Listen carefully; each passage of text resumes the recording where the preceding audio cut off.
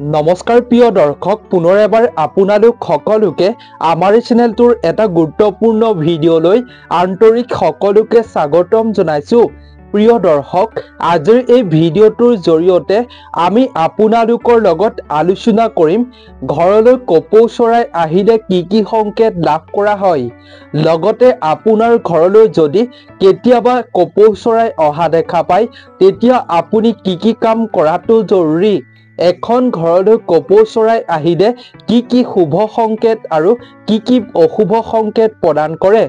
আজিৰ এই ভিডিঅ'টো যদি আপুনি সম্পূৰ্ণকৈ চায়, তেতিয়া আপোনাৰ ঘৰৰ আশে-পাশে আহি থকা সেই কপৌ চৰাইৰ বিষয়ে বহুতো নজনা কথা আপুনি জানিবৰ বাবে সক্ষম হ'ব পাৰিব। আপুনিও নিশ্চয় আপোনাৰ ঘৰৰ আশে-পাশে চাৰিওফালে আপুনি এদিন নহয় এদিন কপৌ চৰাই দেখা পায়। লগতে আপোনাৰ ঘৰত বাৰু কেতিয়াবা আশে-পাশে আপুনি কপৌ চৰাই বাহ সজা দেখা পাইছে নেকি? আপোনাৰ ঘৰৰ ভিতৰতো কপৌ চৰাই বাহ সাজিছে নেকি? যদি সাজিছে, তেন্তে ইয়াৰ ফলত আপুনি কি সংকেত লাভ কৰিব? আপোনাৰ ঘৰখনৰ বাবে ভাল নে বেয়া? আজিৰ এই ভিডিঅ'টো আপুনি শেষলৈকে চাই থাকক। আপুনি সুন্দৰভাৱে সকলোবিলাক কথা জানি ল'ব পাৰিব। গতিকে প্ৰিয় দৰ্শক, আজিৰ এই ভিডিঅ'টোৰ মাজলৈ আগবঢ়াৰ পূৰ্বে আপোনালোক সকলোকে অনুৰোধ, আপুনি আমাৰ এই ভিডিঅ'টো কোন ঠাইৰ পৰা চাই আছে নিশ্চয় এটা কমেণ্টৰ জৰিয়তে জনাব। লগতে আপুনি ভিডিঅ'টোত এটা লাইক কৰিব বুলি আশা কৰিলোঁ। প্ৰিয় দৰ্শক, আপুনিও হয়তো কেতিয়াবা লক্ষ্য কৰিছে আপোনাৰ ঘৰৰ আশে-পাশে থকা কপৌ চৰাই আপোনাক কিবা ডাঙৰ সংকেত প্ৰদান কৰিব পাৰে নেকি? আপোনাৰ ঘৰলৈ অহাৰ ফলত কপৌ চৰাই কি শুভ ফল আপুনি লাভ কৰিব পাৰে? আচলতে এখন ঘৰলৈ কপৌ চৰাই আহিলে ভাল নে বেয়া? আপোনাৰো নিশ্চয় মনত ইয়াৰ বিষয়ে কেতিয়াবা নহয় কেতিয়াবা চিন্তা হয়। কেতিয়াবা আপুনি তাৰ বিষয়ে নিশ্চয় ভাবে।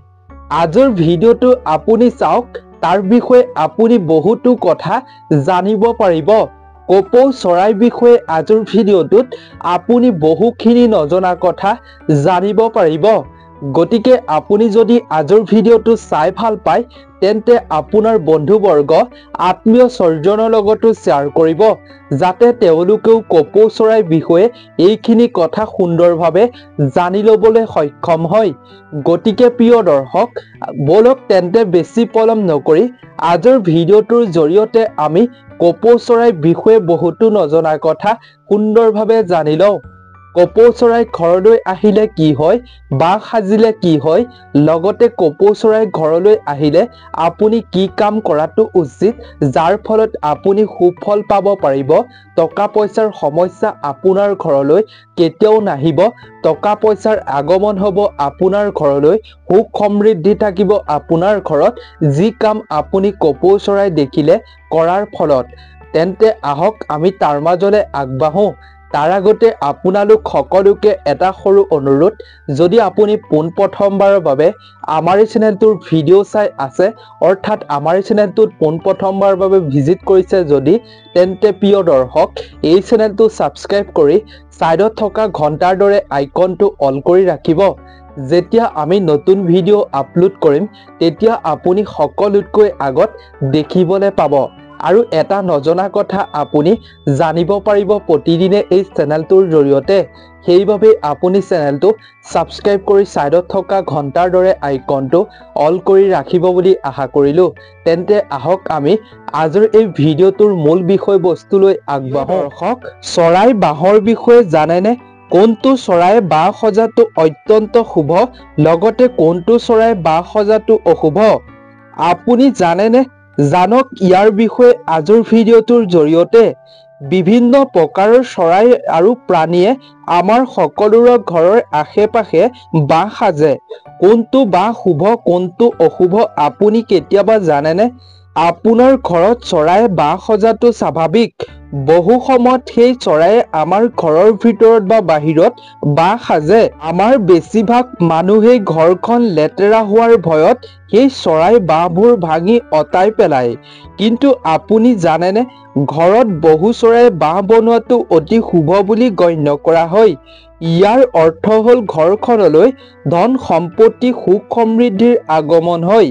ঠিক তেনেদৰে কপৌ চৰাই প্ৰায় শান্তি আৰু বিশুদ্ধতাৰ প্ৰতীক, এক আকৰ্ষিত চৰাই যি বহু মানুহক আকৰ্ষিত কৰি আহিছে। কপৌ সকলো চৰাই পৰিয়ালৰ এটা অংশ। কপৌ এবিধ সৰু মজলীয়া আকাৰৰ চৰাই। কপৌ চৰাইৰ আকাৰ বেলেগ বেলেগ হয়, কিন্তু সেইবোৰ সাধাৰণতে সৰুৰ পৰাই মজলীয়া আকাৰৰ চৰাই হয়। কপৌৰ এক বিশিষ্ট বৈশিষ্ট্য হৈছে সিহঁতৰ কুইং শব্দটো, যি কোমল আৰু আৰামদায়ক। তেওঁলোকৰ কুং শব্দটোৱে প্ৰায় শান্তি আৰু প্ৰশান্তিৰ সৈতে সম্পৰ্কিত আৰু সমগ্ৰ ইতিহাসত কবি আৰু সংগীতগাৰসকলৰ বাবে অনুপ্ৰেৰণা হৈ আহিছে। কপৌবোৰে তেওঁলোকৰ দ্ৰুত আৰু সুন্দৰ উৰণৰ বাবে জনাজাত। তেওঁলোকে খাদ্যৰ সন্ধান কৰি তেওঁলোকে অনাহকে বতাহৰ মাজত ঘূৰি থাকে। তৃণভোজী চৰাই যি বীজ, শস্য, ফল, অন্যান্য উদ্ভিদ তেওঁলোকৰ খাদ্য। আচৰণৰ ক্ষেত্ৰত কপৌ হৈছে অত্যন্ত সামাজিক চৰাই, যি সাধাৰণতে একগামী জোৰ গঠন কৰে। তেওঁলোকক তেওঁলোকৰ শক্তিশালী পাৰিবাৰিক বন্ধন আৰু প্ৰকৃতিৰ ৰক্ষাৰ বাবে জনাজাত। মতা কপৌবোৰে এজন সঙ্গীৰ আকৰ্ষিত কৰিবলৈ প্ৰেমৰ দৰ্শনত লিপ্ত হয়। এবাৰ জোৰ এটা গঠন হোৱাৰ পিছত তেওঁলোকে একেলগে এটা বাহ নিৰ্মাণ কৰে। সাধাৰণতে গছত ডালত আৰু ঘাঁহ ব্যৱহাৰ কৰি মাইকী কপৌৱে এটা দুটাকৈ কণী দিয়ে আৰু পিতৃ-মাতৃ দুয়োজনে সিহঁতক উদঙনি দিয়ে। তদুপৰিও ইতিহাসত কপৌবোৰৰ এক গুৰুত্বপূৰ্ণ ভূমিকা পালন কৰা হৈছে। শান্তিৰ এক প্ৰতীকমূলক অংগীকাৰ হিচাপে কপৌবোৰক মুকলি কৰা হৈছে। তেওঁলোকৰ মূল স্থানলৈ ঘূৰি অহাৰ সামৰ্থ্য বাৰ্তা প্ৰেৰণ কৰিবলৈ শত্ৰুতা সমাপ্তিৰ সংকেত দিবলৈ ব্যৱহাৰ কৰা হয়। কপৌ চৰাই হৈছে মনোমোহা চৰাই, যি শাৰীৰিক সৌন্দৰ্য আৰু সাংকেতিক দুয়োটা গুৰুত্বৰ অধিকাৰী। তেওঁলোকৰ মৃদু প্ৰকৃতিৰ সৌন্দৰ্যৰ উৰণত তেওঁলোকক গোটেই যুগ ধৰি প্ৰিয় পানী কৰি তুলিছে। শান্তি, প্ৰেম বা আশাক প্ৰতিনিধিত্ব কৰাই হওক, কপৌৱে মানৱ সংস্কৃতিত এক বিশেষ স্থান দখল কৰে। এক বিশৃংখল পৃথিৱীত শান্তিৰ এক স্থায়ী প্ৰতীক হৈ থাকে। ৰাতিপুৱা সাৰ পাই চৰাই-চিৰিকটিৰ চিঞৰ-বাখৰ শুনি সকলোৱে ভাল পায়। চৰাই মাতে মানুহৰ মন শুদ্ধ কৰে। তাৰোপৰি আমাৰ বহুতে ৰাতিপুৱা শস্য পানী চৰাইবোৰক খাবলৈ দি ভাল পায়। এই কাৰণটোতে বহু লোকে ৰাতিপুৱা সোনকালে সাৰ পায়, ঘেঁহু শস্য বাটিত দি পানী দি চৰাইক খুৱায়। ইয়াৰ কাৰণে কিছুমান ঘৰত চৰাইৰ গতিবিধি পুৱাৰে পৰা আৰম্ভ কৰে। প্ৰায় সকলো চৰাইতে আমাৰ এই ধৰণৰ মৰম থাকিব লাগে।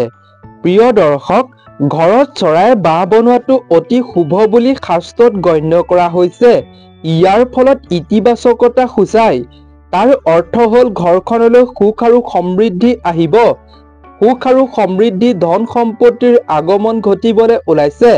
ক'লা পৰুৱাই যদি ঘৰত চৰাই বাহ সাজে তেন্তে ইয়াক শুভ বুলি মনা হয়। শুভ ফলৰ প্ৰতীক বুলি গণ্য কৰা হয়। তাৰ মানে আপোনাৰ ঘৰখনলৈ ভাল দিন আহিবলৈ আৰম্ভ কৰিব। আনহাতে ঘৰত ৰঙা পৰুৱাৰ শিবিৰ বনোৱাটো অশুভ বুলি গণ্য কৰা হয়। মানুহৰ ঘৰত মৌ-মাখিৰ মৌচাক থকাটো অশুভ বুলি গণ্য কৰা হয়। এয়া কোনো ডাঙৰ অঘটনৰ কাৰণ হ'ব পাৰে, যাৰ বাবে এজন ব্যক্তি জীৱনত বিপদত পৰিব পাৰে। বাদুলি এনেকুৱা এটা জীৱ যাৰ ঘৰত অহাটো অশুভ বুলি গণ্য কৰা হয়। এনে পৰিস্থিতিত যদি ঘৰলৈ বাদুলি আহে বা বাহ সাজিবলৈ আৰম্ভ কৰে, তেন্তে সেই পৰিস্থিতিত বিপদজনক বুলি গণ্য কৰা হয়। তেনে ক্ষেত্ৰত আপুনি সাৱধান হোৱাটো খুবেই শুভ। প্ৰিয় দৰ্শক, বাস্তুশাস্ত্ৰৰ মতে যিকোনো ঘৰত বাহ সজা চৰাইবোৰ অতি শুভ বুলি গণ্য কৰা হয়। গতিকে ঘৰত চৰাই বাহ সাজিলে কেতিয়াও আপুনি ভাঙিব নালাগে। কপৌ চৰাই যদি আপোনাৰ ঘৰত বাহ সাজে তেতিয়া আপুনি ভুলতো কেতিয়াও ভাঙিব নালাগে। যিকোনো চৰাই বাহ সাজিলে শুভ বুলি কোৱা হয়, কাৰণ তেওঁলোকৰ ঘৰখনত উপস্থিতি হোৱাৰে পৰা সৌভাগ্যৰ আৰম্ভণি হ'ব, আপোনাৰ ঘৰত উন্নতিৰ আৰম্ভ হ'ব, আপোনাৰ ঘৰখনলৈ বহু ভাল ফল আহিব, ভৱিষ্যত উজ্জ্বল হৈ পৰিব। কেৱল প্ৰিয় দৰ্শক ইমানেই নহয়, ঘৰত চৰাই বাহ সাজিলে 10টা নিৰ্দিষ্ট প্ৰকাৰৰ বাস্তু সমস্যাৰো নিৰাময় হয় বুলি বিশ্বাস কৰা হৈছে। তাৰোপৰিও লক্ষ্য কৰি বুজিব যে পৰম্পৰাগত হিন্দু ধৰ্মত প্ৰায়বোৰ দেৱতাৰ বাহন চৰাই, যেনে কাৰ্তিকৰ বাহন ময়ূৰ, লগতে শনি দেৱতাৰ বাহন হৈছে কাউৰী আৰু লক্ষ্মী দেৱীৰ বাহন হৈছে ফেঁচা। ঠিক সেইদৰে হিন্দু ধৰ্মৰ প্ৰায় দেৱতাৰ বাহনেই হৈছে চৰাই। এই কাৰণে দেৱ দেৱতাক পূজা কৰাৰ সময়ত তেওঁলোকৰ বাহনকো পূজা কৰা হয়। প্ৰিয় দৰ্শক, এতিয়া জানো আহক ঘৰত কপৌ চৰাই বাহ সাজিলে কি কি শুভ হয় আপোনাৰ ঘৰখনৰ বাবে। তাৰ আগতে যদি আপুনি ইমানলৈকে ভিডিঅ'টোত এটা লাইক কৰা নাই তেন্তে ভিডিঅ'টোত এটা লাইক কৰিব বুলি আশা কৰিলোঁ। ঘৰত কপৌ চৰাই বাহ সাজিলে শুভ আৰু অশুভ দুয়োটা ফলাফলেই পোৱা যায়।